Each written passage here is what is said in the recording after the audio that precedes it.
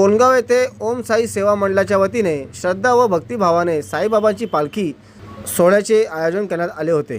सकाळपासूनच गावात भक्तिमय वातावरण निर्माण झाले होते। साईबाबांच्या पालखीचे गावातून जल्लोष वाजत गाजत प्रस्थान झाले। भजन कीर्तन ढोल ताशांच्या गजरात भाविकांनी मोठ्या संख्येने सहभाग नोंदवला। पालखी सोहळ्यानंतर तत्पश्चात साई भंडाऱ्याचे आयोजन करण्यात आले। या भंडाऱ्याचा लाभ शेकडो भाविकांनी घेतला।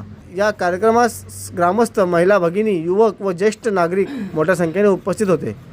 कार्यक्रम यशस्वी होण्यासाठी ओम साई सेवा मंडळाचे सर्व पदाधिकाऱ्यांनी व स्वयंसेवकांनी विशेष अशी मेहनत घेतली। संपूर्ण कार्यक्रम शांततामय व शिस्तबद्ध वातावरणात पार पडला।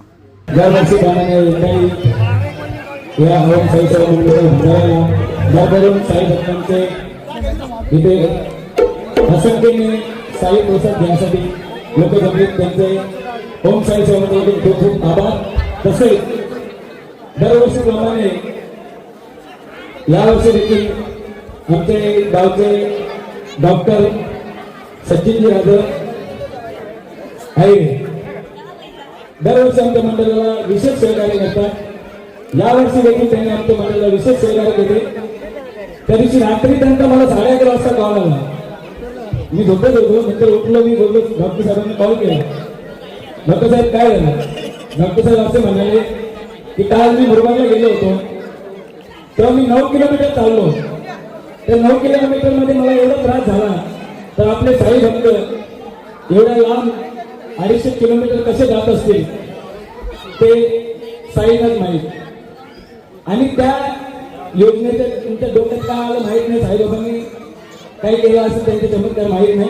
पण मला त्यांनी सांगितलं की जेवढे आपले पदयात्री जे चालत आले यावर्षी, त्यांचं काही झालं या वर्षामध्ये तर त्यांना मोफत सेवा माझ्या सूर्य हॉस्पिटल असू दे, कुठे असू दे, जे पदयात्री होते त्यांना मोफत सेवा माझ्याकडून विनामूल्य, किती मोठा हे असू दे तरी होईल। व त्यांचे घरचे जर कोणाची परिस्थिती असेल नसेल तरीही त्यांच्या घरचे ज्यावेळेस आपल्या हॉस्पिटलला असतील त्यांनी आपला फॉर्म दाखवून की मी पदयात्री होतो यावर्षी, माझी आई आहे, बाबा आहे, कोणी असू दे, जर त्यांचं बिल किती होते त्यांची 50% सोडत या ठिकाणी डॉक्टर साहेबांनी आम्हाला जाहीर केलेले आहे। म्हणून त्यांचे विशेष आभार। एकदा जोरदार टाळ्या लावले। असंच आमच्या मंडळावर, आपल्या गावावर त्यांचं प्रेम राहू दे ही साईंची प्रार्थना।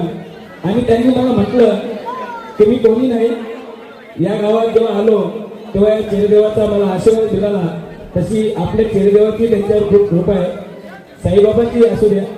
आणि असंच आम्हाला सहकार्य करा ही साईंची प्रार्थना। आणि देव तुम्हाला उदंड आयुष्य लाभो ही गणरायाची प्रार्थना करतो।